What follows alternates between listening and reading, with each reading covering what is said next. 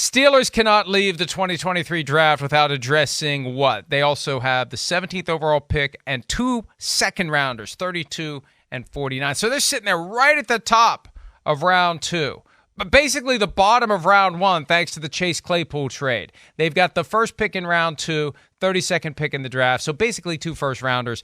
Where do they need to go? I mean, I think the obvious thing is offensive line, right, Mike? I mean, it's again, there's some definite spots on their football team that are very damn good. We know that.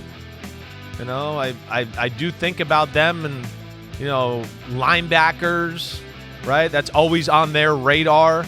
I haven't studied or gotten done with all the linebackers yet, but line is certainly one where I go, this is like 2-3 years in a row where we've kind of gone, that's one of the weaknesses of the Steelers football team. And I think there can be one of the marquee tackles on the board there at 17 for this draft, right? So that would be the one, that I would look at that I just go, they need to bolster that department of their football team. So I'll go O-line there, probably tackle specifically. Yeah, look, corner is an issue. Yeah. Cam Sutton left for the Lions via free agency. Patrick Peterson is not a long-term replacement. This would be a good opportunity to work someone in, get him ready to go, and then by year 2, maybe he can step into the starting lineup. But, for as good as the Steelers consistently are, they consistently have these glaring holes that they never seem to fill. Like since Rod Woodson, they haven't had a high-end corner. Since Troy Polamalu, where's the high-end safety? And offensive line, horrible the year they won the Super Bowl 2005, got a little bit better.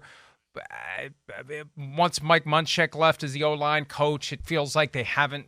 It's just been it's been a liability. And now with Kenny Pickett, a couple of concussions last year. We spoke to GM Omar Khan about that at the scouting combine. You got to keep the guy from getting hit. If you want to keep him from getting concussions, you got to keep him from getting hit. Period. Yeah, definitely. I mean, football analysis. Right. So, yeah, offensive line, I agree with you. I think corner and offensive line are the two that stand out to me. And they may be in a position where they do get middle of the round, one of the better ones, because it's not like there's a cluster of great ones this year. Yes, right. It doesn't, it's not like we've seen in some years where we go, there's going to be 3 or 4 tackles in the top 10, right?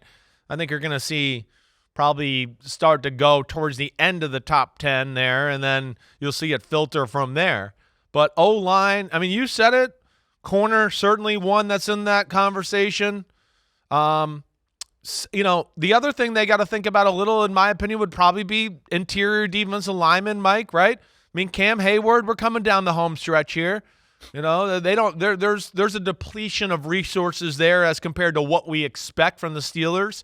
But, I think that would be another one that I would say could be on that radar at 17, depending who's there, or maybe 32 or whatever. But, yeah, it's a big draft for them. They definitely have some holes on their football team that are, like you said, quite glaring. You look at it and you go, I don't know what position to pick here. There's 3 or 4, and that's kind of rare for the Steelers.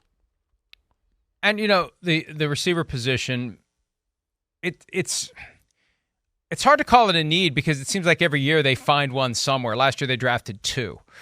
And George Pickens coming into his own. Calvin Austin III, a guy they're going to rely on this year. Chase Claypool is gone. I figure at some point between round 2 and 6, there'll be a guy that they really love, right, who everyone else has missed on, who is there that they snatch. And, look at this, he becomes a great player. That secret formula that they have institutionalized in Pittsburgh where they just know how to find receivers that everyone else has missed on. They find them at lower rounds. They come in and they become great players. Hi, it's Mike Florio. Thanks for watching PFT on YouTube. Hit subscribe for the latest news and analysis from Pro Football Talk.